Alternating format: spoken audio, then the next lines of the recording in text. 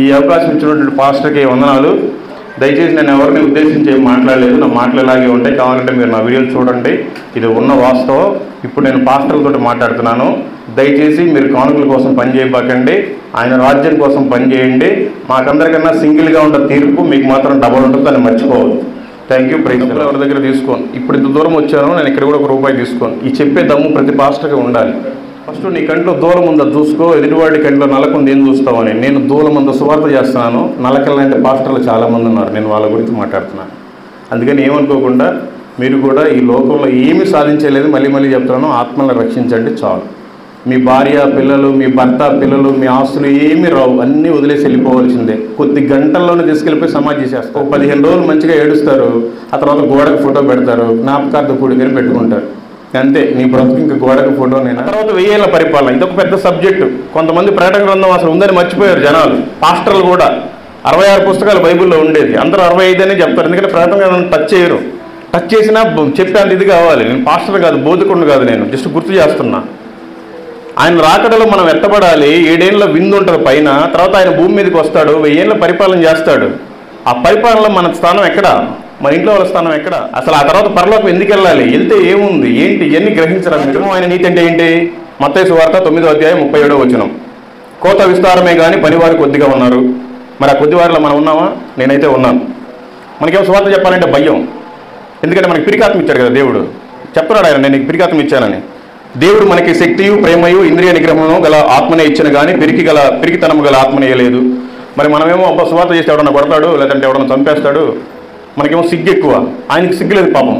ఆయన ఈ భూమి ఆయన పాదపీఠం, ఆయనే మనిషి రూపంలో ఇక్కడికి పుట్టి, నేను ఎక్కడికి వెళ్ళినా కూడా మీకు అసలు సిగ్గుందా లేదా, బుద్ధి ఉందా లేదా అని మాట్లాడుతూ ఉంటాను. అందరూ ఫీల్ అవుతూ ఉంటారు, థియేటర్ మొబైల్లో మాట్లాడుతున్నామని. మరి వాక్యంలోనే ఉంది, నేనేం చేయను? అక్కడ ఉంది చూడండి. సిగ్గుమాలిన జిల్లాగా కూడరండి, పొట్టు గాలికి కూడినట్టు సమయం గతించుచున్నది. విధి నిర్ణయం కాక మునిపే యెహోవా కోపాగ్ని మీ మీదికి రాక మునిపే, మిమ్మల్ని శిక్షించుటకై యెహోవా ఉద్రత దినము రాక మునిపే కూడిరండి. కూడిరండి అంటే ఒక ఇంట్లో ఉండే వాళ్ళకే సమాధానం ఉండదు. ఏమంటే ఆమెకు పడదు, ఆమెంటే ఆయనకు పడదు, ఇట్లాగే ఉంటున్నారు. సంఘంలో కూడా అంటే గ్రూపులు ఎక్కువ, వాట్సాప్ గ్రూపులు కాదు, సంఘంలోనే గ్రూపులు ఉన్నాయి.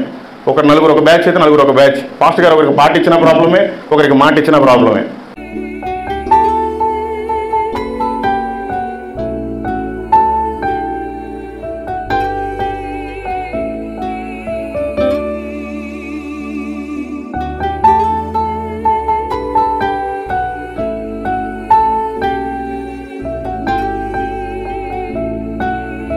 మంచిది.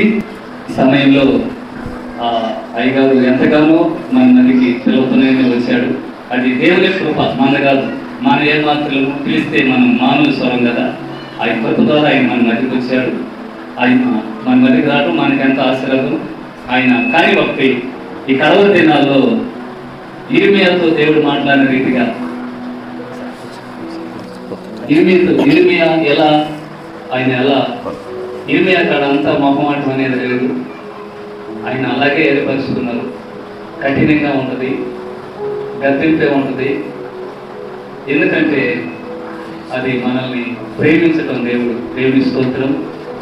ఇలాంటి మాటలు మనకి రావచ్చు, ఇలాంటి వాక్యాలు మన జీవితాల్లో నెరవేరవచ్చు. కానీ మనం సహనం కలిగి దేవుడి నామంలో ఎదురు చూడటమే దేవుని యొక్క మహాకృప అయినది. దేవునికి స్తోత్రం. హల్లెలూయా, హల్లెలూయా. అయ్యగారు మన మధ్యలో పునఃస్థలంగానే వచ్చారు. అలాగే మన పనులకు తెలియజేపే కాకుండా మరి మన నెల్లూరు జిల్లా నాయకులు కూడా మన మధ్యకి రావడం ఎంతో ఆశీర్వాదం. Praise the lord. ఎందుకు పనికిరాని వాడిని, ఎన్నిక లేని వాడిని ఆయనను దేవుడు ప్రేమించి ఇక్కడి దాకా నడిపించిన యేసయ్యకే వందనాలు. నాకు ఈ అవకాశం ఇచ్చినటువంటి పాస్టర్ గారికి ప్రేమపూర్వకమైన వందనాలు. అలాగే పెద్దలు చాలామంది దైవజనులు ఉన్నారు, అందరికీ కూడా పేరు పేరున వందనాలు. మీ అందరికీ వందనాలు. నా పేరు మల్లికార్జునరావు చల్లా. నేను ఒక హైందవ కుటుంబంలో జన్మించాను. నాకు ఒక అక్క, ఒక చెల్లి, భార్య, 2 పిల్లలు, తల్లిదండ్రులు ఉన్నారు. నేను 4 సార్లు అయ్యప్ప మాల వేసుకున్నాను, 18 సార్లు తిరుమల వెళ్ళి గుడి చేసుకున్నాను. కాశీ నుంచి కన్యాకుమారి దాకా ఎన్ని హైందవ టెంపుల్ ఉంటే అన్నిటికీ వెళ్ళి మొక్కుబడులు తీర్చుకున్నాను. కానీ నాకు ఎప్పుడు శాంతి సమాధానం లేదు. ఇదిలేండి నా సాక్ష్యం. నేను ఇంకా మీకు కొన్ని విషయాలు చెప్తాను. 1550 విలేజెస్ అయిపోయినాయి. 59 మంది బాప్తీసం తీసుకున్నారు. ఏదో సువార్త చేయటం అంటే పొద్దున వెళ్ళిపోయి ఏదో సాయంత్రానికి వెళ్ళిపోవటం, లేదా గంట 2 గంటలు చేయటం కాదు. ఇంటికి వెళ్ళేది నెలకు ఒకసారి, 25 రోజులకు ఒకసారి. ఇలా ఇప్పటివరకు 1,00,000 మందితో మాట్లాడగలిగాను. ఇంకా చేసి చాలా ఉంది. నా సాక్ష్యం ఇదిలేండి. అయితే మనం కొన్ని విషయాలు మాట్లాడుకుందాం. ఇక్కడ నాకంటే చాలామంది పెద్దోళ్ళు ఉన్నారు, చాలా ఎక్కువ మంది పాస్టర్స్ ఉన్నారు. నేను వాక్యం చెప్పేంత గొప్పవాడిని కాదు, కానీ అసలు దేవుడు మనుషులకు ఏం చెప్పాడు, మనం మనిషిగా ఉండి ఏం చేస్తున్నాం, కొన్ని రెఫరెన్స్లు చూసుకొని ముగిచ్చేద్దాం. బైబిల్ ఉన్నోళ్ళు చూసి వాక్యం చదవండి. టైం కూడా అయిపోతా ఉందిలే, నేనే చదివేస్తూ ఉంటాను. మార్కు సువార్త 1వ అధ్యాయము 15వ వచనం. కాలము సంపూర్ణమై ఉన్నది, దేవుని రాజ్యము సమీపించి ఉన్నది, మారు మనసు పొంది సువార్త నమ్మండి అని మనం చెప్పాలి. మరి ఈ రోజున ఎవరు చెప్తున్నారో, మరి ఎవరు చెప్పట్లేదో మీరు పరిశీలన చేసుకోండి. అలాగే మార్కు సువార్త 16వ అధ్యాయము 15వ వచనం. మరియు మీరు సర్వలోకమునకు వెళ్ళి సర్వ సృష్టికి సువార్తను ప్రకటించండి. సువార్తను ప్రకటించడం అంటే ఈరోజు చాలామంది పాస్టర్లు అండి, వీళ్ళంతా గొప్ప గొప్ప దైవజనులు అండి. నేను వీళ్ళ గురించి మాట్లాడటానికి కూడా నాకు అర్హత లేదు. బయట పాస్టర్ల గురించి మాట్లాడతాను. ఒక బ్యాగ్ వేసుకొని పోయి ఏదో 4 కరపత్రికలు కనపడ్డోడికి ఇచ్చి రావడం కాదు. అసలు దేవుడి కోసం ఒక తెగింపు కలిగి సువార్త చేయాలి. అలా ఎవరు చేయట్లా. నేను 27 నెలలుగా కారులో పడుకుంటున్నాను. ఒక 4-5 రోజులు, మీకు ఒక వారం రోజులు లేదంటే ఒక నెల కారులో పడుకుంటే మీకు తెలిసిద్ది. చాపుకోవడానికి ఉండదు, అటు ఇటు పొరలటానికి కూడా ఉండదు. అయినా కూడా సమస్తము వదిలేసి వెళ్ళిపోయినా కూడా దేవుడు మాత్రం వదిలిపెట్టలేదు. నా కోసం ప్రాణమే పెట్టాడు. నేను ఆయన కోసం ఏం చేయగలను అన్న తాపత్రయంతో నేను అన్నీ వదులుకొని, ఎన్ని ప్రాబ్లమ్స్ ఉన్నా, ఎన్ని కేసులు ఉన్నా కూడా పొద్దున 6 గంటల నుంచి సాయంత్రం 6 గంటల దాకా సువార్త ప్రకటించడం, అక్కడే నియర్ బై పెట్రోల్ బంక్లో పడుకోవడం, మళ్ళీ ఇట్లాగే జీవితం కొనసాగించడం. ఇప్పటి వరకు 1550 గ్రామాలు అయిపోయినాయి. 27 నెలలుగా చేస్తాను ఈ పని. మరి మీరు చేస్తున్నారా లేదా, మీకు అసలు బాధ్యత ఉందా లేదా తెలుసుకోండి. మనం నమ్ముతాం వాక్యమే దేవుడు, మనకి దేవుడు ఇంకా ఆయనే, ఇంక వాక్యం తప్ప ఏమీ లేదండి. మరి వాక్యం చెప్తుంది, మరియు మీరు సర్వలోకమునకు వెళ్ళి సర్వ సృష్టికి సువార్తను ప్రకటించుడి. ఎవరికి చెప్తున్నాడో తెలుసుకోండి. అసలు సువార్తను ఎందుకు ప్రకటించాలి? మార్కు సువార్త 16:16. నమ్మి బాప్తిసం పొందినవాడు రక్షింపబడును, నమ్మని వానికి శిక్ష విధింపబడును. మరి మీరందరూ నమ్మి బాప్తిసం తీసుకున్నారో లేదో మరి పిలిపించుకోండి. బాప్తిసం తీసుకొని మన పాటికి మనం పరలోకం చేరితే కాదు, కనీసం మన పక్కన వాళ్ళు కూడా సువార్తను ప్రకటించాలి. ఏమనుకోకుండా అసలు మీలో ఎంతమంది చదువుకున్నారో కొద్దిగా చేతులు ఎత్తండి. పాస్టర్లు కాదండి, విశ్వాసులు. మీలో ఎంతమంది చదువుకున్నారో ఒకసారి చేతులు ఎత్తండి. ఏమనుకోకుండా. చాలా తక్కువ మంది ఉన్నారు. సరే, కనీసం మీకు చదువు రాకపోయినా పక్కన వాళ్ళతోటైనా సరే బైబిల్ చదివించుకోవాలి. ఈ చదువుకున్న వాళ్ళంతా బైబిల్ని పూర్తిగా చదివారా? ఒకసారన్నా చదివారా? చదవకపోతే దేవుడు లెక్క అడుగుతాడు. మనం ఎల్కేజీలో 1వ తరగతిలో జాయిన్ అయితేనే ఇన్ని పుస్తకాలు ఇస్తారు. అన్ని పుస్తకాలు చదువుతాం. బైబిల్ మరి ఇంతే ఉంటుంది. మరి దీన్ని ఎందుకు చదవలేకపోతున్నాం? మరి దీంట్లో ఇది చదవకపోతే అసలు మనకేం తెలియదు. విశ్వాసంలో ఎంతమంది మీరు మారు మనసు పొంది బాప్తీసం తీసుకున్నారు? ఏమనుకోకుండా ఒకసారి చేతులు ఎత్తండి. బాప్తీసం తీసుకున్నవాళ్ళు, బాప్తీసం తీసుకున్న వాళ్ళు ఎంతమంది బల్లలో చేస్తున్నారు? ఇంకా నయంలో ఇక్కడైతే ఎవరు చేతులు దించట్లేదు. చాలామంది అయితే కొన్ని మందిరాల్లో 200-300 మంది బాప్తీసం తీసుకుంటారు, కానీ బల్ల ఎంతమంది తీసుకుంటున్నారంటే 4-5. మరి అలా ఉన్నారు, చూసుకోండి. మరి నేనైతే సువార్త చేస్తున్నాను, మరి మీరేం చేస్తున్నారు? ఇర్మియా గ్రంథము 7:26. వారు నా మాట వినకై ఉన్నారు, చెవి ఎబ్బకై ఉన్నారు, తమ మెడను వంచక మనస్సును కఠినపరుచుకొనుచున్నారు. వారు తమ పితరుల కంటే మరీ దుష్టులైరి. ఇదంతా కూడా మనకే వర్తిస్తుంది. చెవులు గలవాడు ఆత్మ చెప్పుచున్న మాట వినుగాక. కొంతమందికి ఏమీ లేదు. మరి నాకైతే మిగిలింది 3 వస్తువులే, అయినా కూడా చేస్తున్నాను. కానీ మీకు మాత్రం దేవుడు అన్నీ ఇచ్చాడు. మంచి భార్యని ఇచ్చాడు, పిల్లల్ని ఇచ్చాడు, ఎంతో జాబ్ ఇచ్చాడు, లేదంటే పని ఇచ్చాడు, ఉద్యోగం ఇచ్చాడు. మీకేం నష్టాలు ఏం లేవు. కానీ మరి మీరు ఏం చేస్తున్నారు? ఇంకా ఏం సంపాదిద్దామో, ఇంకా ఏమి పెంచుదామో ఆస్తున్నాం అనుకుంటున్నారు. కానీ దేవుని రాజ్యాన్ని అసలు మర్చిపోయారు. మీరు హెచ్చరిస్తున్నాడేమో దేవుడు, తెలుసుకోండి. అసలు ఎందుకు మీరు దేవుడి మాట వినకుండా దుష్టులయ్యారు? 2వ కొరింథీయులకు రాసిన పత్రిక 4:4. దేవుని స్వరూపి అయి ఉన్న క్రీస్తు మహిమను కనబరచు సువార్త ప్రకాశము వారికి ప్రకాశించకుండు నిమిత్తము ఈ యుగ సంబంధమైన దేవత అవిశ్వాసులైన వారి మనోనేత్రములకు గుడ్డితనము కలుగజేసెను. అవిశ్వాసులే కాదు, ఈరోజు విశ్వాసులు కూడా గుడ్డితనం కలుగజేసింది దేవుడు. అందుకని నన్ను ఇక్కడికి పంపించాడు. ఎందుకు పంపించాడో మీరు చదవండి. ఎహెజ్కేలు గ్రంథము 2:4-5.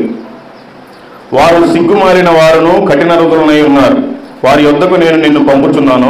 వారు తిరుగుబాటు చేయువారు గనుక వారు వినినను వినకపోయినను తమ మధ్య ప్రవక్త ఉన్నాడని వారు తెలుసుకున్నట్లు ప్రభువుకు యెహోవా ఇలాగూ సెలవిచ్చుచున్నాడని నీవు వారికి ప్రకటింపవలెను. మీరు నమ్మండి, నమ్మకపోండి. నేను ప్రవక్తని కాదు, జస్ట్ ఒక విశ్వాసిని, మీలాగే ఒక సాధారణమైన మనిషిని. నేను పాస్టర్ని కూడా కాదు. ఎందుకంటే పాస్టర్ని ఎవడో చేయడు నా పని. ఇది నేను ధైర్యంగా చెప్పగలను. నాకు వంట చేయడం వచ్చు కాబట్టి నేను వంట చేస్తాను. ఆ వంట చేయడం రానోడు వంట చేయలేడు. అందుకే అంటున్నారు ఎహెజ్కేలు 2:4-5లో, వారు సిగ్గుమాలిన వారును కఠిన హృదయులై ఉన్నారు. వారి యొద్దకు నేను నిన్ను పంపుచున్నాను. వారు తిరుగుబాటు చేయుదురు. గనుక వారు వినను వినకపోయినను తమ మధ్య ప్రవక్త అయి ఉన్నాడని వారు తెలుసుకున్నట్లు ప్రభువుకు యెహోవా ఇలాగ సెలవిచ్చుచున్నాడని నీవు వారికి ప్రకటింపవలను. మీరు నమ్మండి నమ్మకపోండి, ఈ లోకం శాశ్వతం కాదు. మీరంతా కూడా మీ పనులే కాదు, దేవుడి పని కూడా చేయాలి. దేవుడి పని చేయకపోతే ఖచ్చితంగా దేవుడు మిమ్మల్ని ఎక్కడుగుతాడు. ఈ లోకంలో మీరు ఏం సంపాదించుకున్నా మొత్తం తీసి పడేస్తాడు. ఆయన ఎదుట మీరు సిగ్గుపడాల్సి వచ్చే రోజు రాబోతుంది. దయచేసి మీ మనసును మీరు మార్చుకోండి, ఆ కఠిన హృదయాల నుంచి బయటికి రండి. జెఫన్యా గ్రంథము 2వ అధ్యాయం 1-2.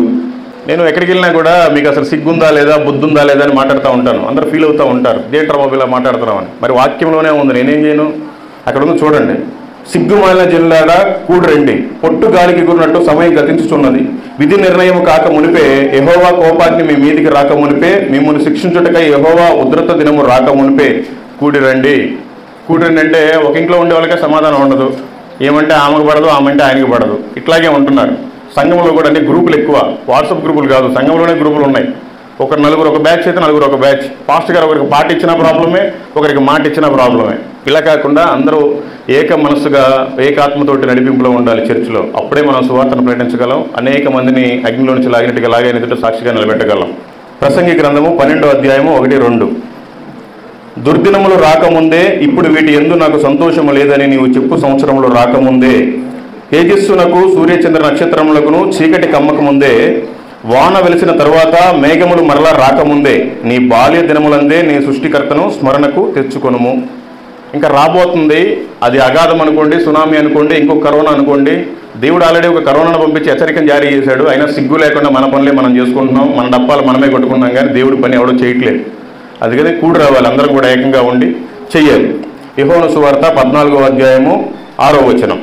యేసు నేనే మార్గమును, నేనే సత్యమును, నేనే జీవమును, నా ద్వారా తప్ప ఎవడో తండ్రి వద్దకు రాడని చెప్తున్నాడు ఆయన. మనకు తెలుసు నిజమైన దేవుడు యేసుక్రీస్తే, ఆయన నమ్ముకొని మనం బాప్తీసం తీసుకుంటేనే పరలోకం వెళ్తాము, ఆయనే మార్గము అని మనకు తెలుసు. కానీ మనం ఏ మార్గంలో ఉన్నాం తెలుసుకోండి. యోహాను సువార్త 3వ అధ్యాయము 35-36. తండ్రి కుమారుణ్ణి ప్రేమించుచున్నాడు గనుక ఆయన చేతికి సమస్తమును అప్పగించి ఉన్నాడు. కుమారుని యందు విశ్వాసం ఉంచువాడే నిత్య జీవం గలవాడు. కుమారునికి విధేయుడు కానివాడు జీవము చూడడు గాని దేవుని ఉగ్రత వాని మీద నిలిచి ఉండును. మనం యేసు ప్రభువుని నమ్ముకొని బాప్తీసం తీసుకొని ఆయనకి సాక్షిగా ఉంటూ కొంతమంది నిద్రపోతున్నారు. లేకపోతే మీ కుటుంబాలనే ఆరిపోయే టైం దగ్గరికి వచ్చిందిలే, నేను ఇలాగే మాట్లాడతాను. దేవుడి సన్నిధిలో కూడా మీరు నిద్రపోతున్నారంటే ఎంత మూర్ఖులై ఉంటారు. అమ్మదట్ట మాకు బాధ. మీరు కుమారునికి విధేయత ఇవ్వాలి. కుమారుడికి విధేయత ఇవ్వకపోతే ఏమవుతుంది? రోమీయులకు రాసిన పత్రిక 2వ అధ్యాయము 5-8. నీ కాఠిన్యమును మార్పు పొందని నీ హృదయమును అనుసరించి ఉగ్రత దినమందు, అనగా దేవుని న్యాయమైన తీర్పు బయలుపరచబడి దినమందు నీకు నీవే ఉగ్రతను సమకూర్చుకొనుచున్నావు. ఆయన మార్గము కనుక మనం కనుక అనుసరించకపోతే మనమే ఉగ్రతాన్ని పోషించుకుంటున్నాం. ఇంకా అదే మీరు చూసుకోండి. మీరంతా చాలామంది పాస్టర్లే ఉన్నారు. నేను పాస్టర్లకు చెప్పట్లేదు, విశ్వాసులకు చెప్తున్నాను. మరి మీ పాస్టర్లు మీకు ఏం బోధిస్తున్నారో చూసుకోండి. లేదంటే మీరు కూడా మోసపోతారు. వాళ్ళు పరలోకానికి వెళ్ళరు, మీరు కూడా వెళ్ళరు. ఆ వాక్యాన్ని ఉన్నది ఎవడో ఖండించడు. ఎందుకంటే ఈరోజు మీరు వెళ్ళిపోయారు అనుకోండి, రేపు రాలేదనుకోండి, కానుకలు రావు. మీ గురించి కాదు, పక్కన గురించి చెప్తాను. కానుకల మీద బ్రతికే పాస్టర్లు చాలా మంది ఉన్నారు.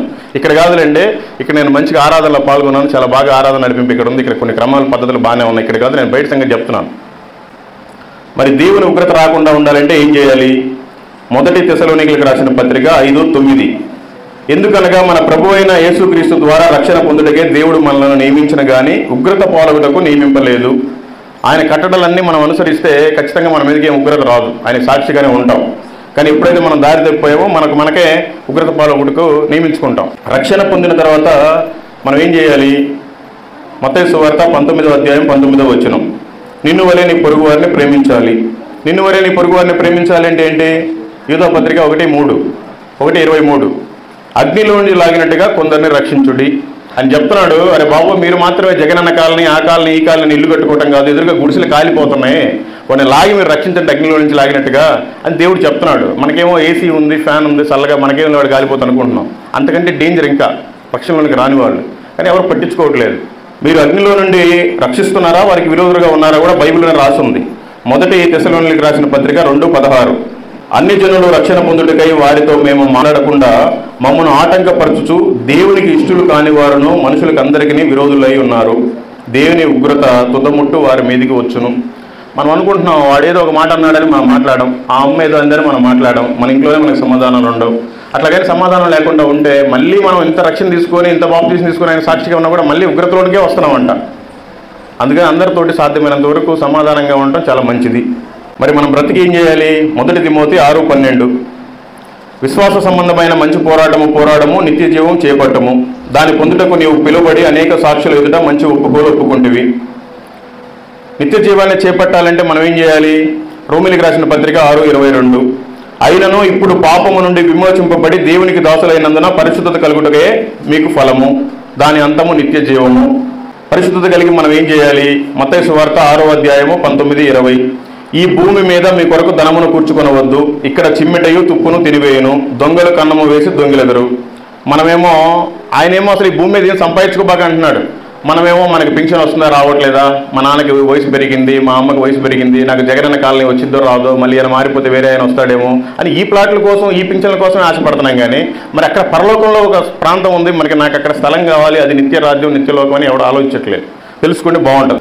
తుప్పైనను దాన్ని తినివేయదు, దొంగల కన్నం వేసి దొంగిలరు. పరలోకంలో మన ఆస్తిని మనం సంపాదించుకోవాలి. ఈ లోకంలో ఏమీ లేదు.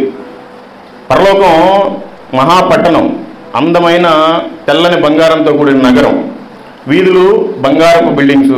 కానీ అలాంటిదని మనం వదిలేసి సరిగ్గా మీ ఊరికి రోడ్డు కూడా లేదు, మరి మీ ఊరిలోనే ఫ్లాట్ల కోసం, ఆస్తుల కోసం, పొలాల కోసం, అన్నిటి కోసం ఆరాట పడతా ఉంటారు. ఈ రోజు చనిపోతే మనం వేసుకున్న చీర కాదు, మనం వేసుకున్న చొక్కా కూడా రాదు, అందరిని వదిలేసి వెళ్ళిపోవాలి. మన వాళ్ళే మనకి ఏరే వాసన వచ్చేస్తుంది, తొందరగా బాక్స్ తీసుకురండి పెట్టేద్దాన్ని పెట్టేస్తారు. కానీ ఇంకా దీనికోసమే మనం అంతా ఆశల్లో ఉన్నాం. తెలుసుకోండి. పరలోకం అంటే ఏముందిలే, అక్కడ ఎవరు చూసారులే, బంగారపు వీధులంట, రోడ్లంట, ఇదని అందరూ చెప్పుకుంటూ ఉంటారు అని అంటారు. పరలోకం చాలా చిన్న దేశం, 2400 కిలోమీటర్లు మాత్రమే ఉంటుంది. చాలా దేశాలు ఉన్నాయి, చాలామంది జనాభా ఉన్నారు. దాంట్లో ఎంతవరకు అయితే పడతారో అంతమందికే, ఆ తర్వాత తలుపులు వేయబడతాయి, ఎవరికి రక్షణ కూడా రాదు. బైబిల్ని చదువుతూనే ఉంటారు కానీ ఎవరు కూడా ధ్యానించరు. 2400 కిలోమీటర్లు ఎందుకు చెప్పారంటే ప్రకటన గ్రంథం 21:16 చూడండి. ఆ పట్టణము చచ్చవుకమైనది, దాని పొడవు దాని వెడల్పును సమానము. అతడు ఆ కొలకర్రతో పట్టణమును కొలవగా దాని కొలత 750 కోసులై ఉన్నది. దాని పొడవును ఎత్తును వెడల్పును సమానముగా ఉన్నది. మీరు గూగుల్లో హౌ మెనీ కిలోమీటర్స్ 1 కోసు అని కొట్టండి, వస్తుంది. 750 కోసులు అంటే ఓన్లీ 2400 కిలోమీటర్లు మాత్రమే ఉంది. సపోజ్ చెప్పాలంటే ఇక్కడి నుంచి ఢిల్లీ దాకే ఉంది పరలోక రాజ్యం. మరి ఆ తర్వాత అమెరికాలో అక్కడ ఇక్కడ ఉన్నారంటే వాళ్ళందరూ అవసరం లేదు. వాళ్ళందరూ ఎందుకు తయారు చేయబడ్డారో చెప్తాను. గూగుల్లో వెతకండి, 750 కోసులు తెలుసు తర్వాత పోయిన తర్వాత.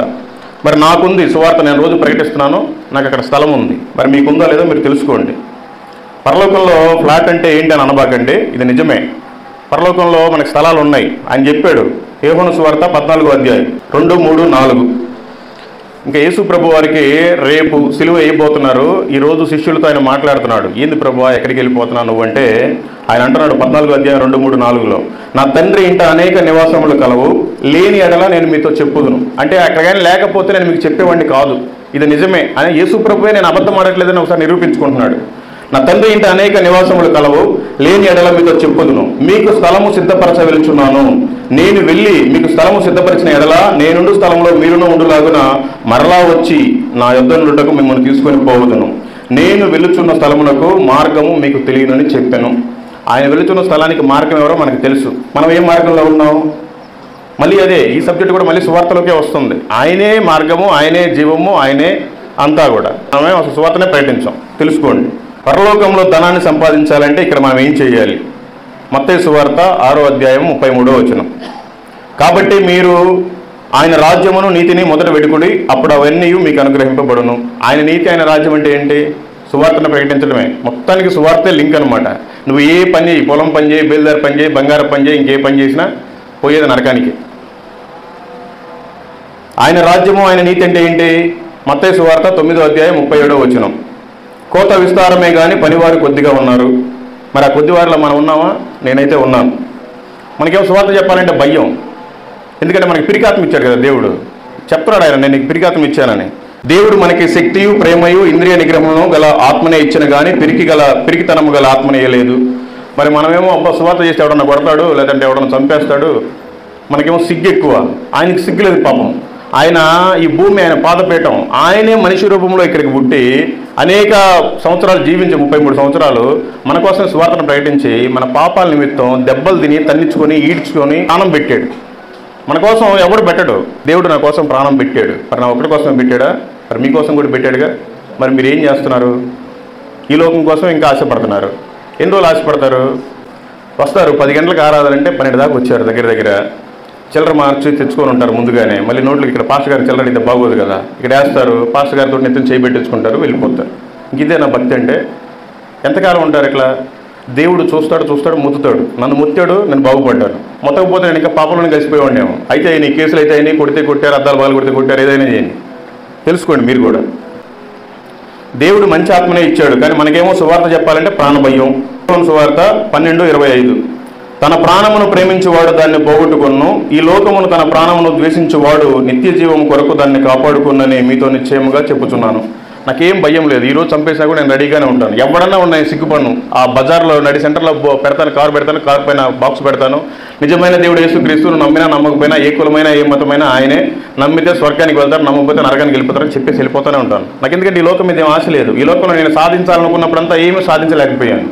ఇప్పుడు నేను దేవుడి కోసం పాటుపడుతున్నాను. అదే నా కోసం ప్రాణం పెట్టాడే, నా ప్రాణం పోతే ఎంత నేను తిరుగుతున్నాను. ఇది గొప్ప కాదు, వాస్తవం. మీరు చూడండి, గాడ్స్ ఫేమ్ మిషన్ యూట్యూబ్ ఛానల్లో చూడండి, తెలుస్తుంది. మరి మనం అందరం ఏం చేయాలి? అసలు పరలోకానికి వెళ్ళాలి, నిత్య జీవానికి వెళ్ళాలి అంటే ఎఫెసీయులకు రాసిన పత్రిక 5వ అధ్యాయం 15, 16, 17 దినములు చెడ్డవి గనుక మీరు సమయమును పోనీయక సద్వినియోగం చేసుకునము. అజ్ఞానుల వలె కాక జ్ఞానుల వలె నడుచుకున్నట్లు జాగ్రత్తగా చూచుకొనుడి.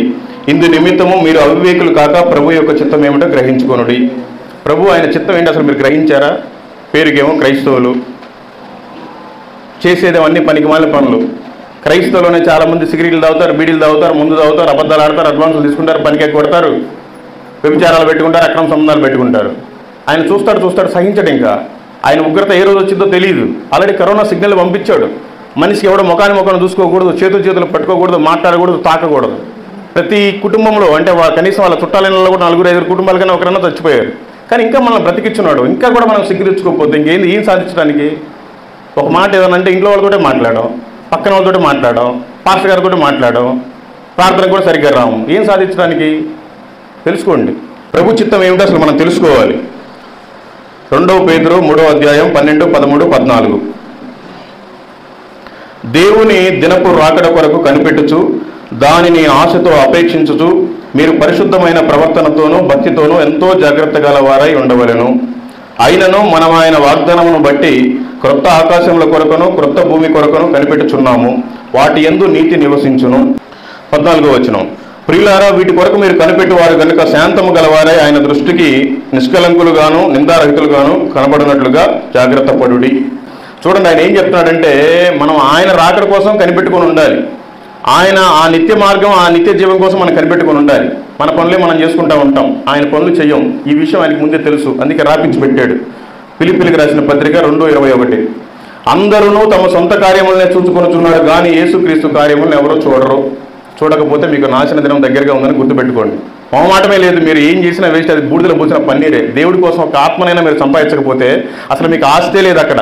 ఇక్కడ నువ్వు ఎన్ని ప్రార్థనలన్నా పెట్టించుకో, ఎంతమంది తోటైనా ప్రార్థన చేయించుకో, ఎన్నిసార్లు ఉపవాసాలు ప్రార్థన చేసుకో, ఉపయోగం ఏమీ లేదు. మీకు సంపాదన అంటూ ఉంది అంటే ఇక్కడ ఎన్ని ఆత్మలు రక్షించారో అవి మాత్రమే మీతో పాటు వచ్చే కౌంటింగ్. యోహాను సువార్త 9వ అధ్యాయం 4వ వచనం పగలున్నంత వరకే నన్ను పంపిన వాని క్రియలు మనము చేయుచుండవలెను. రాత్రి వచ్చుచున్నది, అప్పుడెవడనూ పని చేయలేడు. ఇప్పుడు చాలా అవకాశం ఉంది మనకి. గవర్నమెంట్ కూడా సువార్త ప్రకటించుకుంటే ఇక్కడ మన ఏరియాలో ఏం అనరు. ఇప్పుడు బాగా పగలుంది, వెలుతురని అర్థం. చీకటి రాబోతుంది. ఇంకొక 2-3 నెలల్లో ఎలక్షన్లు జరుగుతాయి. మళ్ళీ ఒకసారి కానీ మోడీ కానీ వస్తే మన మందిరాల్లో కూడా మైకులు తీసుకుని ఈ రకంగా మాట్లాడే పరిస్థితి లేదు. కొత్త మందిరాలకు పర్మిషన్ ఇవ్వరు. రోడ్డు మీద ఎవరికి సువార్త చెప్పడానికి పని లేదు. నువ్వు ఏదైనా సంపాదించుకోవాలా, ఇప్పుడే నీ పనులు మానేయమని కాదు, కానీ నీ పనులు చూసుకుంటూ అనేక మందికి సువార్తను ప్రకటించు, అదే నీ ఆస్తి. ఆ తర్వాత నువ్వు సువార్త ప్రకటించడానికి కూడా లేదు అవకాశం. అదే దేవుడు వాక్య రూపంలో చెప్తున్నాడు. మళ్ళీ ఒకసారి చదవండి. యోహాను సువార్త 9:4 పగలున్నంత వరకే నన్ను పంపిన వాని క్రియలు మనము చేయుచుండవలెను. రాత్రి వచ్చుచున్నది, అప్పుడెవడనూ పని చేయలేడు. ఇది వాస్తవం. మనమంతా అనుకుంటా ఉంటాము, ఏదోలే మందిరంలో ఈరోజు మీటింగ్ ఉంది కదా, వచ్చాములే, ఓకే విన్నాం, 2 పాటలు పాడారు, ఆరాధన చూసుకున్నాం, వాక్యం ఏదో చెప్పాడబ్బా, సాక్ష్యం భలే చెప్పాడే, ఆయన అంత తాగుబోతేనే మారాడంట అని ఏదో మార్కులు వేసుకుంటూ వెళ్ళిపోతూ ఉంటారు. కానీ మనల్ని అయితే మాత్రం మనం భక్తులుగా అనుకుంటూ ఉంటాం. మనం భక్తులు కాదు. దేవుని సువార్త ఎవరైతే చేయట్లేదో, ఎవరైతే ఆయన చెప్పిన వాక్యాలను పాటించట్లేదో ఖచ్చితంగా వాళ్ళంతా కూడా భక్తిహీనులే. భక్తిహీనుల కోసం ఆయన ఏం మాట్లాడుతున్నాడంటే సామెతల గ్రంథం 16:4 ఒకసారి మీరు చదవండి. యెహోవా ప్రతి వస్తువును దాని పని నిమిత్తం కలుగజేసెను, నాశన దినమునకు ఆయన భక్తిహీనులను కలుగజేసెను. నువ్వు భక్తుడివి, భక్తురాలు అని చెప్పుకుంటున్నావు, ఖచ్చితంగా భక్తిహీనతలోనే ఉన్నారు. ఈ మందిరం ఉంది, మనందరం చల్లగా కూర్చొని ఆరాధించుకోవడానికి, గాలి రావడానికి ఫ్యాను, మాట్లాడడానికి మైకు, ఇలా ప్రతి వస్తువు దాని పని నిమిత్తం తయారు చేశాడు. కానీ భక్తిహీనులంట నాశన దినం కోసం ఆయన నరకం వేయడానికే తయారు చేశాడు. మరి నరకం ఎవరి కోసమో మరి ఏంటో మీరు ఆలోచించుకోండి. ఇంతమంది మనం మరి ఎన్ని కోట్ల మంది ప్రజలు ఉన్నాం, ఒక 2400 కిలోమీటర్లు మాత్రమే పరలోక పట్టణం. మరి మిగతా వాళ్ళంతా ఎక్కడికి వెళ్తారు తెలుసుకోండి మీరే. లూకాసు వార్త 9:3. ఇప్పుడే గొడ్డలి చెట్ల వేరున ఉంచబడి ఉన్నది కనుక మంచి ఫలము ఫలించని ప్రతి చెట్టును నరకబడి అగ్నిలో వేయబడినని చెప్పాను. మనం అనుకుంటున్నాం ఏదో మారుమనసు పొందాం, బాప్తీసం తీసుకున్నాం, మన పాటికి మనం బాగానే ఫలించే ఉన్నామంటున్నాం. ఆయన మనం ఫలించడం కాదు, మంచి ఫలం అంటున్నాడు. మంచి అంటే ఎదుటి వాళ్ళు కూడా చెప్పటం. అది కానీ సువార్త కానీ చేయకుండా మనం కానీ దేవుడు ఇచ్చిన మనం లెక్క ఆయనకు ఒప్పచెప్పలేకపోతే మన కుటుంబానికి కానీ మనకు కానీ గొడ్డలు ఆల్రెడీ పెట్టే ఉన్నాడు. ఏ రోజు వేస్తాడో తెలియదు. ఒక ఏటు నాకు వేసాడు ఆల్రెడీ, నేను తెలుసుకున్నాను, మీరు కూడా తెలుసుకోండి. మీరు ఏ పని చేసినా వేస్టే. దేవుడు పని చేయకపోతే ఏ రోజు గుడ్డలతో వేస్తాడో ఒక ఏటు, జాగ్రత్త పడండి. చెయ్యాలి అనుకుంటే సువార్త ఎలా అయినా చేయొచ్చు. నేను చేశాను. అందరూ ఫేస్బుక్లో వాడతారు, వాట్సాప్లో వాడతారు, యూట్యూబ్లో వాడతారు, దేనికి వాడతారు నాకు తెలియదు. నేను ఫేస్బుక్లో బాగా యాక్టివ్గా వీడియోస్ అన్ని పెడతా ఉంటాను. యూట్యూబ్లో వీడియో పెట్టాను, గాడ్స్ మిషన్ అనే ఛానల్లో చూడండి, వాళ్ళ ముందే మాట్లాడి పెట్టాను. ఒక్క సిస్టర్ ఫేస్బుక్లో పరిచయం అయితే 9 మంది బాప్తీసం తీసుకున్నారు. మీరు కూడా టయాన్ని వేస్ట్ చేయబాకండి, అనేక మంది చెప్పండి అని మాదిరికరంగా ఉండదని ఆ వీడియో పెట్టాను. మీరు కూడా చూడండి, తెలుస్తుంది. చాలామంది లోకానుసారమైన అన్ని చూస్తూ ఉంటారు, లోకానుసారమైన చేస్తూ ఉంటారు. చెప్పాలి అని మనలో ఉండాలి, కానీ ఏదైనా చేయొచ్చు. ఇప్పుడు మాట్లాడాలంటే మాట్లాడచ్చు, పోయి కూర్చోండి కూర్చోవచ్చు. అయినా వల్ల కాదు, నాకు చెమటలు వస్తాయి, ఇది నీరసం వస్తాయి, నేను తెలియదు, ఫాస్టింగ్ ఉన్నానంటే ఎవరో ఒకరు వచ్చి మాట్లాడతారు. అది మనకు కసి ఉండాలి. దేవుడు మన కోసం పెట్టాడు ప్రాణం, మనం ఆయన కోసం ఏం పెడుతున్నాం? ఎలా అయినా స్వార్థను ప్రకటించాలి. అది రికార్డ్ అనమాట. ఒక సిస్టర్ ఫేస్బుక్లో పరిచయం అయితే 9 మంది బాప్తీసం తీసుకోవడం అనేది ఆశామాష కాదు. అది మీరు వీడియో చూడడం మీకు తెలుస్తుంది. ఆ తర్వాత మీకు అందరికీ తెలుసు, సుప్రీంకోర్టులో మత మార్పిడి కేసు ఒకటి వేశారు. ఇండియాలో ఉండే క్రైస్తవులందరి మీద వేశారు. ఆ వేసిన క్యాండిడేట్ పేరు అశ్విని కుమార్ ఉపాధ్యాయ. సువార్త ప్రకటించాలని నా మనసులో ఉంది. కానీ దేవుడు ఏమని చెప్పాడంటే, మీరు మంచిగా ఉన్నప్పుడు శత్రువును కూడా మీకు మిత్రునిగా తయారు చేస్తారని చెప్పాడు దేవుడు. నేను ఆ వాక్యాన్ని గట్టిగా పట్టుకొని రోజు వాట్సాప్ ఫేస్బుక్లో పెడతా ఉంటారు. ఈ రోజు నుంచి మనం సువార్త ప్రకటించకూడదు, సుప్రీంకోర్టు తీర్పు. ఈ రోజు నుంచి మనం ఇంకా కొత్త చర్చలు కట్టకూడదు, నిర్మాణాలకు అసలు లైసెన్స్లు ఇవ్వట్లేదంట, అందుకని కేసు వేశారు అని అందరూ బాగా ఫేక్ న్యూస్ పెడతా ఉంటే ఒకసారి ఢిల్లీ సుప్రీంకోర్టుకి వెళ్ళిపోయినప్పుడు ఆయన కేసు ఎవరైతే వేశారో ఆయన అక్కడ మాట్లాడుతూ ఉన్నాడు. అయిపోయిన తర్వాత, సార్ మీరు ఎందుకు కేసు వేశారు, క్రైస్తవుల మీద ఎందుకు వేశారు అన్నప్పుడు ఆయనకి నేను క్రైస్తవునా హిందువునా ఏంటనే తెలియదు. జనరల్గా హిందూ అనుకున్నాడేమో. అవునయ్యా, వాళ్ళంతా ఏంటంటే మా చర్చికి రండి, మీకు స్కూల్లో ఫీజులు మేమే కడతాం మీ పిల్లలకి, లేదంటే మీ హాస్పిటల్ బిల్లులు మేమే కడతాం, మా దేవుడిని నమ్ముకోండి, మంచి అద్భుతాలు చేస్తాడు, ఆశ్చర్యకాలు చేస్తారని వాళ్ళు ఇలా మతాలు మారుస్తూ ఉంటారు, అందుకని వాళ్ళ మీద కేసు వేశాను అన్నాడు. నేను అన్నాను, సార్ క్రైస్తవం అనేది ఒక మతం కాదు సార్, ఇది ఒక మంచి మార్గం అని ఇంగ్లీష్లో చెప్పాను. ఆ మీడియా వాళ్ళంతా చూస్తున్నారు. ఆయనకి నవ్వాలో ఏడవాలో అర్థం కాక నేను అప్పుడు క్రైస్తవుని ఆయనకి అర్థమైందేమో నన్ను కౌగిలించుకున్నాడు. 2 నిమిషాలు వీడియో పెట్టాను, మీరు చూడండి. ఎక్కడ ఒక సుప్రీంకోర్టులో కేసు వేసిన బీజేపీ ప్రతినిధి చెప్పాలి అని మన ఆశ ఉంటే ఆయన ఖచ్చితంగా తృప్తిపరుస్తాడు. ఎందుకంటే నేనేం చెప్పలేను. తెలుసుకోండి, మీరు ఎందుకు చెప్పలేకపోతున్నారు? ఏదైనా ఒక నష్టం జరిగిందంటే చాలా కృంగిపోతాం. అసలు ఎంతగా అంటే ఇంకా చెప్పలేము. అంతగా నష్టం, పరువు నష్టం అయితే ఇంకా అవమానం అయితే చాలా భయంకరం. ఎవరా పోలీస్ స్టేషన్కి అని చెప్పి తీసుకెళ్తే రాత్రి 10 అయిపోయింది. మనం ఇక్కడ తెల్ల చొక్కాలు వేసుకొని చాలా నీట్గా మాట్లాడతాం, కానీ అక్కడ మనం మాట్లాడడానికి ఏముండదు. వాళ్ళు చాలా చండాలంగా మాట్లాడతారు, పడాలి. సరే లేట్ అయిపోయింది, రేపు పొద్దున్న బెయిల్ తీసుకొని పోన్నాడు. లేట్ అయిపోయింది, రేపు పొద్దున్న రమ్మన్నప్పుడు నేను పొద్దున్నే వెళ్ళే బెయిల్ తీసుకోవటానికి. కానీ అన్న ఏదో పని మీద వాళ్ళకి తెలిసిన వాళ్ళ కేసు అయితే ఒకటి ఆ స్టేషన్కి వచ్చాడు. అన్న నేను ఎక్కడో చూసినట్టుగా ఉంది, గాడ్స్ మిషన్ కదా, నేను వీడియోలు చూస్తూ ఉంటాను అన్నప్పుడు, అవునన్నా నేనే అని చెప్పి పరిచయం అయితే నాకు బాగా ఆగలేక ఏడుపు వచ్చి, సరే ఏదో కలిసి అప్పటి నుంచి మంచిగా ప్రార్థనలో ఉన్నాం. నేను సువార్త చేసేటప్పుడు ఎవరన్నా పేదోళ్ళు లేకపోతే పిచ్చోళ్ళు అడుగు తినేవాళ్ళు ఎవరన్నా కనపడితే వాళ్ళకి నేనే అవన్నీ బాగా గడ్డం అంతా పెరిగి ఉంటుంది, వాళ్ళకంతా నేనే గుండు గీసి గడ్డం చేసి స్నానం చేయించి బట్టలు వేసి ఆ పూటకు ఆకలి తీర్చి వెళ్ళిపోతూ ఉంటాను. అన్న 1,50,000 మంది అయ్యారు, మీరు అలా వదిలేసి వెళ్ళిపోతే ఏ పూటకు ఆ పూటకు వాళ్ళు ఎక్కడ దొరికిద్ది, మీరు ఏదైనా ఒక ట్రస్ట్ పెట్టండి, మేము కొంత సపోర్ట్ చేస్తామని చెప్పారు. నేను అసలు డబ్బులు ఎవరి దగ్గర తీసుకోను, ఇప్పుడు ఇంత దూరం వచ్చాను, నేను ఇక్కడ కూడా ₹1 తీసుకోను. ఈ చెప్పే దమ్ము ప్రతి పాస్టర్కి ఉండాలి. అయితే నేను ఈ డబ్బుల విషయం చెప్తానంటే, సరే మీరు ఒక ట్రస్ట్ పెట్టండి, మేము సపోర్ట్ చేస్తాం ఉన్నప్పుడు, సరే 2 ఎకరాల స్థలం కావాలి, గవర్నమెంట్ కానీ ప్రైవేట్ కానీ తక్కువ రేట్లు వస్తే చూద్దాము, మరి అలాగా ఏదైనా ఒక ట్రస్ట్ పెడితే వాళ్ళందరినీ బాగు చేయొచ్చు, వాళ్ళు బాగు అయిన తర్వాత దేవుడి గురించి చెప్పొచ్చు అని అనుకొని ఆయన తీసుకొని వాళ్ళ మామగారు ఒక ఆయన రియల్ ఎస్టేట్ చేస్తూ ఉంటారు, ఆయన తీసుకొని ప్రాంతానికి తిరగటానికి కానీ వెళ్ళినప్పుడు ఒక అతను అక్కడ వెంకటేశ్వర రెడ్డి అని ఒక అతను ఉంటే అతను రెడ్డి అన్న మాకు ఏమన్నా మీ ఊర్లో ల్యాండ్ ఏమైనా దొరికిద్దేమో చెప్పండి అంటే, సరే నా ప్రయత్నం నేను చేస్తాను, మీకు సాయం చేస్తాను, మీరు మంచి పని చేస్తున్నారు కదా, ట్రస్ట్ అంటే అడుక్కునే వాళ్ళని ఎవరు పట్టించుకోరు, పిచ్చి వాళ్ళని ఎవరు పట్టించుకోరు, మీరు వాళ్ళకి భోజనం పెడుతున్నారంటే బాగానే ఉంటుందని చెప్పేసి ఆయన నా సాక్ష్యాన్ని మొత్తాన్ని విన్నాడు. ఏం చేస్తున్నారు మీరు ఏంటి అని నా పాంప్లెట్ ఇచ్చాను. ఆయన నా పాంప్లెట్ చదివి నా పాంప్లెట్ చదివి నా సాక్ష్యాన్ని విని మారు మనసు పొంది బాప్తీసం తీసుకున్నాడు. మీరు చూడండి, 59వ బాప్తీసం విజయవాడ కృష్ణా నదిలో వైఎస్ఆర్ ఘాట్ అని ఒకటి పెట్టించాడు, జగన్ కట్టించాడు. దాంట్లో బాప్తీసం తీసుకున్నాడు మొన్న క్రిస్మస్ 25వ తేదీ. దీనికి ఆలోచించినప్పుడు ఏంటంటే, కేసు పెట్టబట్టే నేను ఆ స్టేషన్కి బెయిల్ తెచ్చుకోవడానికి వెళ్ళా. నేను వెళ్ళబట్టే ఆయన పరిచయం అయ్యాడు. ఆయన పరిచయం అవ్వబట్టే వాళ్ళ మామ పరిచయం అయ్యాడు. వాళ్ళ మామ మేము ముగ్గురు కలిసి ల్యాండ్కి వెళ్ళేసరికి ఆయన పరిచయం అయ్యాడు. ఆయన బాప్తీసం తీసుకోవడానికి కారణం ఏంటంటే నా సాక్ష్యం. దానికంటే కేసు పెట్టకపోతే ఆయన రక్షణలోకి వచ్చేవాడు కాదు. అంటే ప్రతి కీడు వెనక ఒక మేలు ఉంటుంది, కానీ దాన్ని మనం తెలుసుకోలేక మొత్తం ఆగమాగం ఆత్రం బేతరం అయిపోతాం. తెలుసుకోవాలి. నేను అప్పుడు అనుకున్నట్టు కేసు ఒక ఆత్మరక్షణలోకి వచ్చిందని. ఈరోజు వచ్చేవాడు ఆయన ఎక్కడికి వెళ్ళినా వస్తాడు కొద్దిగా బలపడటానికి, ఏదో చిన్న పని ఉండి ఆగిపోయాడు. సరే, నష్టం జరిగినప్పుడు కూడా మనం చాలా బాధపడిపోతూ ఉంటాం. నష్టం ఎందుకు జరిగిందో అసలు గ్రహించాం. మీకు చెప్పాను, నా జీవితంలో కోట్ల రూపాయలు టర్నోవర్ చేశాను, మిగిలింది only car, watch, cell phone. మొన్న నేను ఇలా సువార్త చేస్తాను, కానీ ఇంకా బాగా భారంగా చేయాలి, బలంగా చేయాలి. అప్పట్లో అపోస్తులైన ఈ 12 మంది ఎలా చేశారు, పౌలు గారు ఎలా చేశారు అని ఫాస్టింగ్ 12 రోజులు ఉపవాసం పెట్టుకొని అపోస్తుల కార్యాలు మొత్తం రీసెర్చ్ చేశాను. బాగా తెలుసుకున్నాను వాళ్ళు ఎలా పరిచయం చేశారు ఏంటి అని. తెలుసుకున్న 3వ రోజుకే నా కారు యాక్సిడెంట్ అయింది. ఏంది ప్రభు, నేనేమో సువార్త బాగా భారంగా చేద్దాం అనుకుంటే మరి ఫాస్టింగ్కి ఉపవాసం అందరూ పనులు అవ్వడానికి ప్రార్థన చేస్తూ ఉంటారు. నాకేమో 12 రోజులు ఉపవాసం ఉంటే కారు యాక్సిడెంట్ అయింది. నేను ఎవరు చెప్పుకోలేను. ఏంది ప్రభు, కారు కూడా తీసేసావు, నేను గాస్పుల్ ఎలా చేయాలి, ఎలా సువార్త చెప్పాలని బాధపడ్డాను.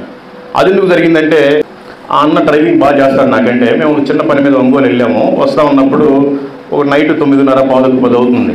ఒక ట్రాలీ ఆటో వాడు వచ్చేసి గబుక్కిన జరికిచ్చేసి వెళ్ళిపోయాడు. ఆ వెనకాల ట్యాంక్ డ్యామేజ్ అయింది. ట్యాంకులో ఫుల్ ట్యాంక్ డీజిల్ ఉంది. ఒకవేళ కాలిపోయినట్టయితే ఆ రోజు కాలిపోయేది. మరి దేవుడు కాపాడాడు. అది ఒకవేళ చేయించుకుంటే 30,000 రూపాయలు అయ్యేది. నేను కొద్దిగా పాత మల్లికార్జున గుర్తొచ్చి, వాడేంటి అసలు చెప్పకుండా వెళ్ళిపోయాడు, వాడు కథ ఏంటో చూద్దాంపా అని, అన్న నువ్వు దిగు అసలు ఏం నడుపుతావని పాపం ఆయన నరిసేసి, లేదు వాడు వెళ్ళిపోయాడు అన్న కోపంతో ఆయన నరిస్తే ఆయన దిగి కారు ఇచ్చాడు.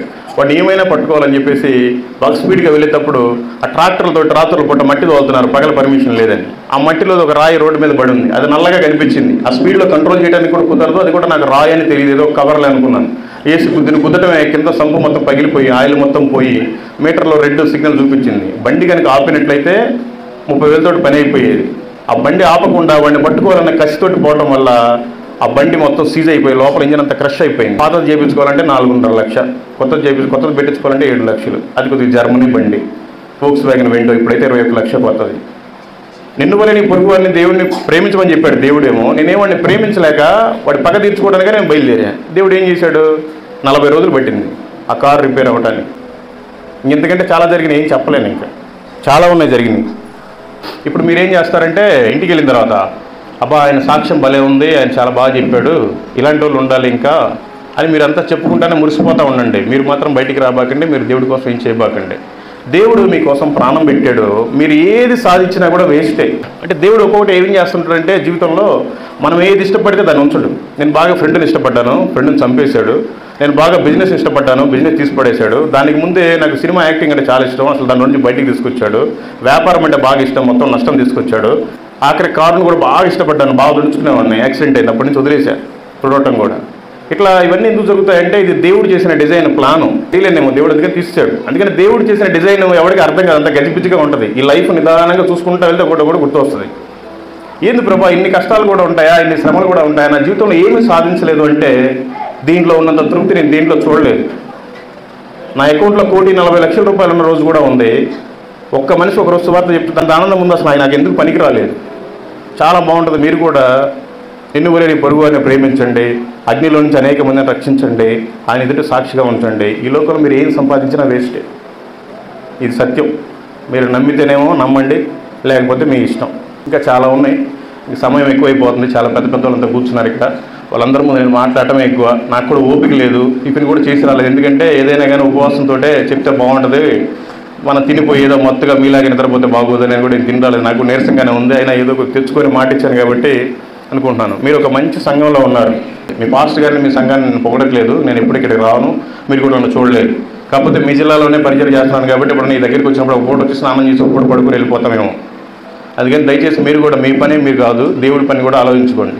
మీకు ఏదైనా పనులు కాలేదంటే కృంగిపోబాకండి, ఏదైనా నష్టం జరిగిందంటే కృంగిపోబాకండి. ఆ నష్టం జరిగింది అంటే ఖచ్చితంగా మీకు ఏదో మేలు కోసమే ఆ కీడు జరిగింది అనేది మీరు గ్రహించండి.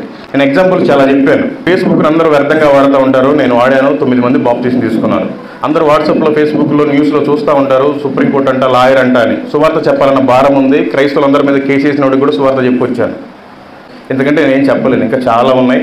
మీరంతా ప్రార్థించండి. నశించిపోయే ఆత్మలు భయంకరంగా ఉన్నాయి. మనం కూడా వాళ్ళకి చెప్పడానికి ప్రయత్నించండి. ఇంత తప్ప ఇంకేం లేదు. మీరు దేవుడి కంటే ఎక్కువగా ఏది ప్రేమించినా యేసు నామములో అది మాత్రం పోతుంది. అందుకని మీరు దేవుడినే ప్రేమించండి. ఇంకా శాపనార్థాలు చాలా ఉన్నాయి, కానీ తిడితే బాగోదు. ఎందుకంటే వీళ్ళంతా అనుభవాలు, పాస్టర్లు. ఈడేంద్ర బాబు నిన్నగాక మొన్న వచ్చాడు, ఏదో మాటలు చెప్తాను అనుకుంటారు. వాళ్ళ వాస్తవానికి వాళ్ళ అనుభవం అంత కాదు, నా వయసు. కానీ నేను తిరుగుతున్నాను కాబట్టి నాకు మాట్లాడటానికి అర్హత ఉంది. వాక్యం ఉంది కదా, ఫస్ట్ నీ కంట్లో దూరం ఉందా చూసుకో, ఎదుటివాడి కంట్లో నల్లకుంది ఏం చూస్తావని. నేను దూరం ఉందా సువార్త చేస్తున్నాను. నల్లకల్లంటే పాస్టర్లు చాలామంది ఉన్నారు, నేను వాళ్ళ గురించి మాట్లాడుతున్నాను. అందుకని ఏమనుకోకుండా మీరు కూడా ఈ లోకంలో ఏమీ సాధించలేదు, మళ్ళీ చెప్తున్నాను, ఆత్మలను రక్షించండి చాలు. మీ భార్య, పిల్లలు, మీ భర్త, పిల్లలు, మీ ఆస్తులు ఏమీ రావు, అన్నీ వదిలేసి వెళ్ళిపోవాల్సిందే. కొద్ది గంటల్లోనే తీసుకెళ్ళిపోయి సమాధి చేస్తారు. ఒక 15 రోజులు మంచిగా ఏడుస్తారు, ఆ తర్వాత గోడకు ఫోటో పెడతారు, జ్ఞాపకార్థ కూడికని పెట్టుకుంటారు. అంతే, నీ బ్రతుకు ఇంకా గోడకు ఫోటోనైనా. దేవుడు అసలు మనల్ని ఎందుకు తయారు చేసుకున్నారు? మనకంటే గొప్ప వాళ్ళంతా చాలామంది చనిపోయారు కరోనాలో. మనల్ని ఎందుకు బ్రతికిచ్చాడు? ఏం చేయగలం అసలు ఆయన కోసం? ఆయన ప్రాణమే పెట్టాడు, మన కోసం ఇంకెవరేం చేస్తారు? నన్ను చూడండి, ఏది ఇష్టపడితే అది వెళ్ళిపోయాం. ఇది నా ఇష్టం, నేను స్వార్థ చేయాలి. ఈ లోకంలో ఏం సాధించలేకపోయాం, కనీసం ఎక్కడన్నా సాధిద్దామని నా ఆశ. అయితే ఆయన అన్నాడు, మీ అందరి కోసం నేను స్థలాన్ని కేటాయించడానికి ఆయన వెళ్తున్నానని చెప్పాడు. ఆయన మళ్ళీ రానని అన్నాడు. ఆయన రాకడలో నువ్వు వెనక ఎత్తబడలేదు అనుకో, 7 సంవత్సరాలు శ్రమలు, మహాశ్రమలు, చచ్చిపోతావు ఇక్కడ. ఇప్పటికీ ఆధార్ కార్డే పెద్ద ముప్పు. ఆ తర్వాత మొన్న వాడు ఎలన్ మస్క్ అనేవాడు ఒక చిప్పు తయారు చేశాడంట. ఇంకా బైబిల్ కూడా మనం చదివినప్పుడు ఒకసారి అదే గుర్తుపెట్టుకుంటుంది. మనం ఎక్కడ తిరిగినా వాడికి డేటా వెళ్ళిపోతుంది. వాడు ఇంకొకసారి వస్తుంది, అసలు ఎక్కడ ఏం సువార్త చేయనివాడు. ఇప్పుడే అవకాశం ఉంది. మనం మాత్రమే ఆయన రాకడలు ఎత్తబట్టాం కదా, అనేక మందిని ఎత్తబడేలా చూడాలి. ఆ తర్వాత 1000 ఏళ్ల పరిపాలన, ఇదొక పెద్ద సబ్జెక్టు. కొంతమంది ప్రకటన గ్రంథం అసలు ఉందని మర్చిపోయారు జనాలు. పాస్టర్లు కూడా 66 పుస్తకాలు బైబిల్లో ఉండేది, అందరూ 65 అనే చెప్తారు. ఎందుకంటే ప్రకటన గ్రంథం టచ్ చేయరు. టచ్ చేసినా చెప్పేంత ఇది కావాలి. నేను పాస్టర్ కాదు, బోధకుడు కాదు, నేను జస్ట్ గుర్తు చేస్తున్నా. ఆయన రాకడలో మనం ఎత్తబడాలి. 7 ఏళ్ళ విందు ఉంటుంది పైన, తర్వాత ఆయన భూమి మీదకి వస్తాడు, 1000 ఏళ్ళ పరిపాలన చేస్తాడు. ఆ పరిపాలనలో మన స్థానం ఎక్కడ? మన ఇంట్లో వాళ్ళ స్థానం ఎక్కడ? అసలు ఆ తర్వాత పరలోకం ఎందుకు వెళ్ళాలి? వెళ్తే ఏముంది, ఏంటి, ఇవన్నీ గ్రహించరా మీరు? ఇక్కడే నాకు మంచిగా మిద్దెలు ఉందా లేదా, రేకులు లేవు, సెగలేదు, మిద్దె ఉంటేనే ఒక ఏసీ ఉంది, ఇట్లా కాదు. ఇది ఈ పొలాలు కాదు, ఇవన్నీ తాత్కాలికం.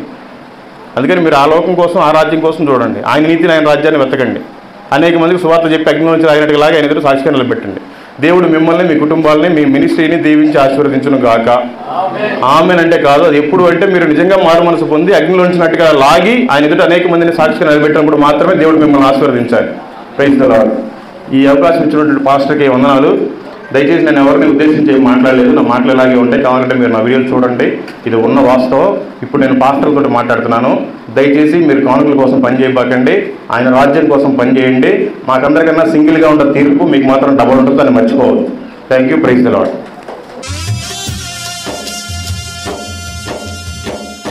ఎన్నటికీ మరువలేనయ్యా నీ ప్రేమను, ఎప్పటికీ తీర్చలేనయ్యా నీ రుణమును.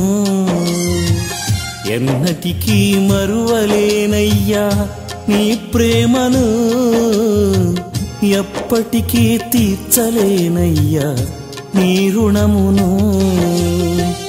ఎక్కడికి పోగలనయ్యా నిన్ను విడచి, ఎక్కడికి పోగలనయ్యా నిన్ను విడచి. నిన్ను మరువలేనయ్యా, నిన్ను విడువలేనయ్యా. నన్ను చూచినావయ్యా, నన్ను కాచినావయ్యా. ఎన్నటికీ మరువలేనయ్యా నీ ప్రేమను యేసయ్యా.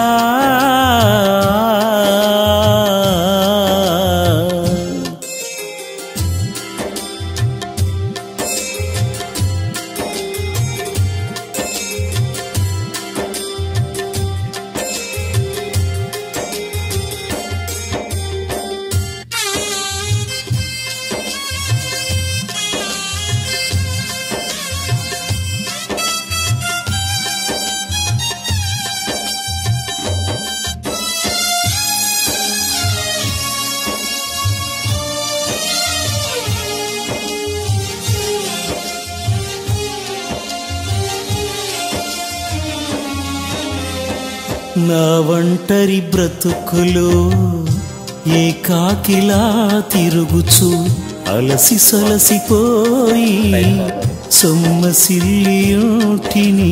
మిగతా వాళ్ళంతా స్ట్రైట్ ఫార్వర్డ్ కదా, టర్నింగ్ లేనా? ఒంటరి పక్షినై ఊడులేని పిచ్చుకనై గుండెంత కన్నీరు పొంగి పొరలి ఏడ్చి తిని నా కన్న తండ్రివై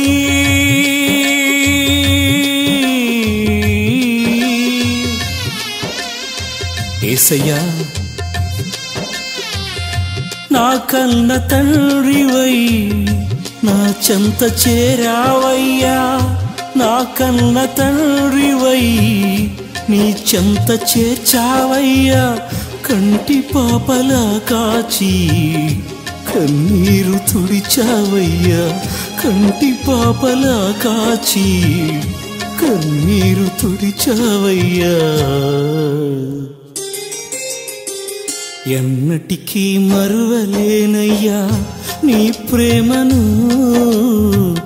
ఎప్పటికీ తీర్చలేనయ్యా నీ రుణమును.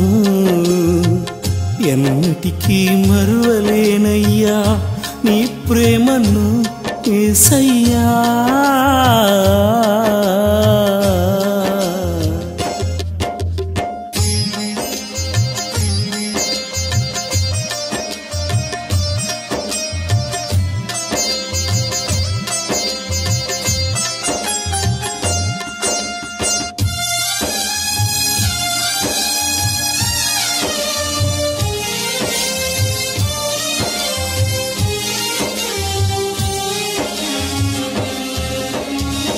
పరమ తండ్రి నిన్ను విడచి దూరముగా పారిపోతిని, దుష్టుల సహవాసముతో దుర్వ్యాపారము చేసి తిని.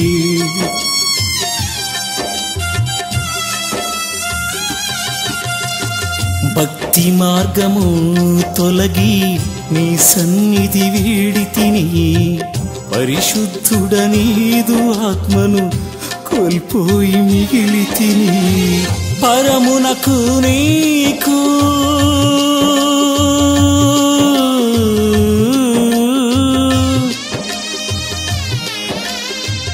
తండ్రి, పరమునకు నీకు విరోధినైతిని, పరమునకు నీకు విరోధినైతిని.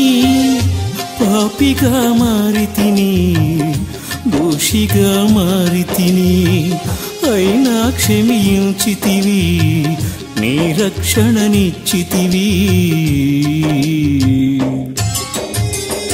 ఎన్నటికీ మరువలేనయ్యా నీ ప్రేమను, ఎప్పటికీ విడువలేనయ్యా నీ సేవను.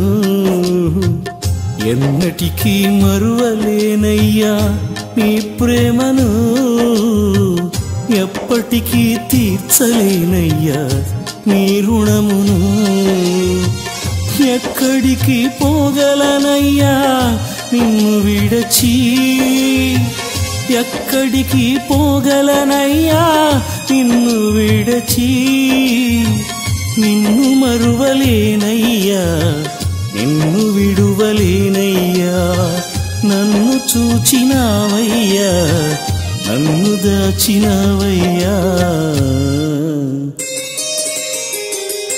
ఎన్నటికీ మరువలేనయ్యా నీ ప్రేమను, ఎప్పటికీ తీర్చలేనయ్యా నీ రుణమును.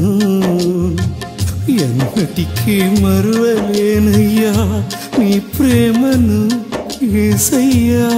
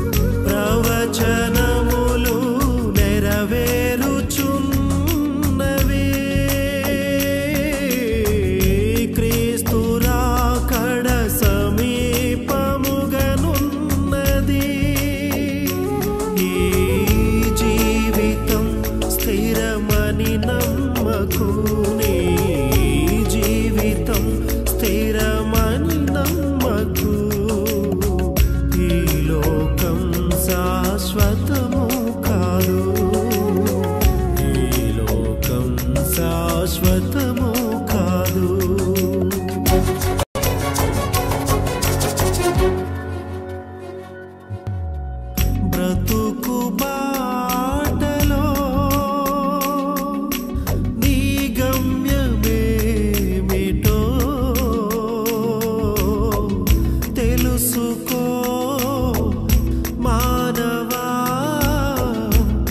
మరచుకో బ్రతుకు